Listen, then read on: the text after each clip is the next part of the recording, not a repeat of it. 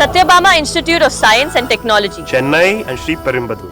Right. இந்த சந்திப்பை முடித்துவிட்டு அன்புமணி அவர்களோட இல்லத்திலிருந்து புறப்படுகிறார் முதலமைச்சர். இன்னும் கொஞ்சம் புறப்பட்டுட்டாருன்னு புரிஞ்சுக்கிறோம். இன்னும் கொஞ்ச நேரத்தில் அவர் அங்கே பக்கத்திலே இருக்கக்கூடிய திரு சீமான் அவர்களை போய் சந்திக்க போறாரு. நாம் தமிழர் கட்சியினுடைய தலைமை ஒருங்கிணைப்பாளர். அவரும் அங்கே அக்கறையிலேருந்து கொஞ்சம் தூரம் தான், நீலாங்கரையில் தான் அவருடைய வீடும் இருக்கிறது. அவரையும் போய் சந்திக்க போறாரு. இந்த தேர்தலில் தாவேகா நாம் தமிழருடைய அந்த வார்த்தை போர் அப்படிங்கிறது எவ்வளோ உச்சத்தை எட்டியதுன்னு நமக்கு தெரியும். இன்ஃபேக்ட் விஜய் அவர்களை திமுக அதிமுகவை தாண்டி அதிகமாக விமர்சித்தது திரு சீமான் அவர்கள் தான். அவரையும் போய் சந்திக்கிறாரு. அந்த சந்திப்பு எத்தகையதாக இருக்கும் உங்க பார்வையில்? அது வென்றவர்களும் சந்தித்துக் கொள்வது இயல்பானது. தேர்தலிலே வெற்றி பெறாதவர்களை தேடி போய் பார்ப்பது என்பது மிக முக்கியமான ஒரு விஷயம். நீங்க தமிழ்நாட்டினுடைய ஒரு மிகப்பெரிய தலைவராக வருவார் என்று எதிர்பார்க்கப்பட்ட வைகோ போன்றவர்களை எல்லாம் தேடி போய் பார்த்தது திராவிடர் கழகத்தின் தலைவர் கே வீரமணி அவர்கள் ஒரு நீண்ட கால அரசியல்வாதி, 93 வயது அவருக்கு நீண்ட அனுபவம் கொண்டவர். அவரை போய் பெரியார் திடலிலே சந்தித்தது. அது போல இப்ப அன்புமணியை சந்தித்து விட்டு அடுத்து சீமானை சந்திப்பது, இதெல்லாம் என்னன்னா தமிழ்நாட்டு அரசியலிலே நாம் கருத்து மாறுபாடுகள் என்பது நமக்கு இருக்கக்கூடிய உறவுகளை கெடுக்கக்கூடாது. உரையாடல்கள் இருக்கலாமே தவிர உறவாடல்களிலே அது நெருடலாக மாறக்கூடாது. மாற்று கருத்து கொண்டவர்களை மதிக்க வேண்டும். மாற்றான் தோட்டத்து மல்லிகைக்கு மனம் உண்டுன்னு அண்ணா சொன்னார் என்று சொல்வார்கள் இல்லையா? அந்த மாற்றான் தோட்டத்து மல்லிகைக்கு மனம் உண்டு என்பதற்கான ஒரு நடைமுறை உதாரணமாக இதை பார்க்க வேண்டும்.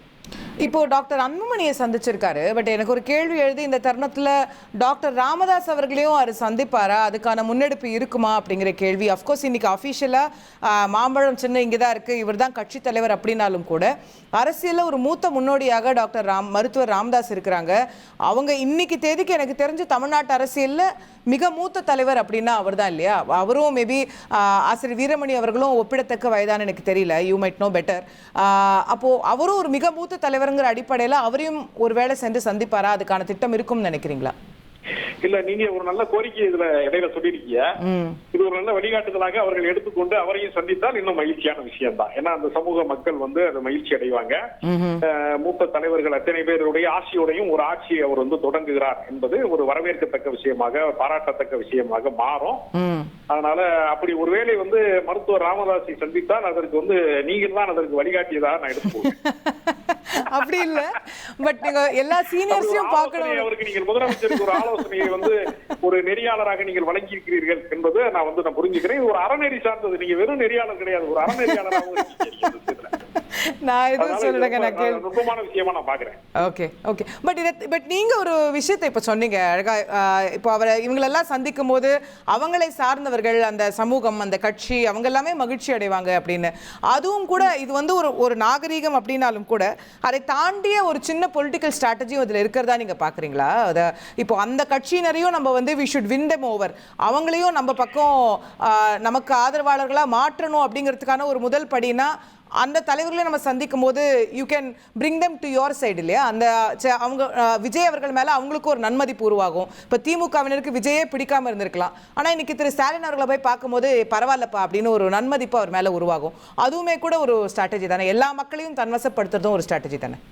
இல்ல, அதாவது அவரவர் கருத்திலே தான் அவரவர்கள் நீடிப்பார்கள். ஒருத்தரை சந்தித்ததுனால இன்னொருவர் தன் கருத்தை மாற்றிக்கொள்ள மாட்டார். கருத்தை மாற்ற வேண்டாம், ஆனா ஒரு மதிப்பு உருவாகும்ல.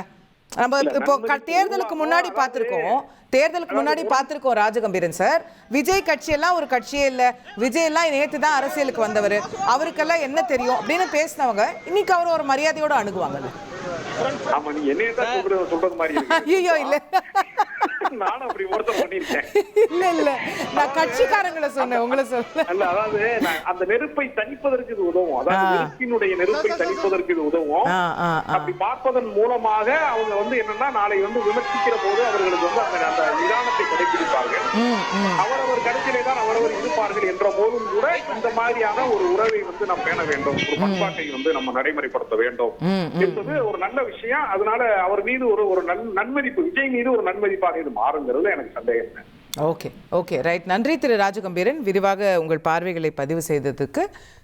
நேர்களே, ஒரு சிறிய இடைவேளை எடுக்க வேண்டியிருக்கிறது. டாக்டர் அன்புமணி அவர்களுடைய இல்லத்திலிருந்து முதலமைச்சர் புறப்பட்டு சென்ற காட்சிகளை பார்த்தோம்.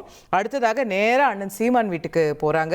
நாம் தமிழர் கட்சியினுடைய தலைமை ஒருங்கிணைப்பாளர் திரு சீமான் அவர்களை சந்திக்க செல்கிறார். பக்கத்தில் தான் இருக்குது அவங்களுடைய வீடு. அதே ஈசிஆர் ஸ்ட்ரெச்சில் தான் அன்புமணி அவர்களும் இருக்கிறாரு, சீமான் அவர்களும் இருக்கிறாரு. Satyabama Institute of Science and Technology. Chennai and Sri Perumbadur.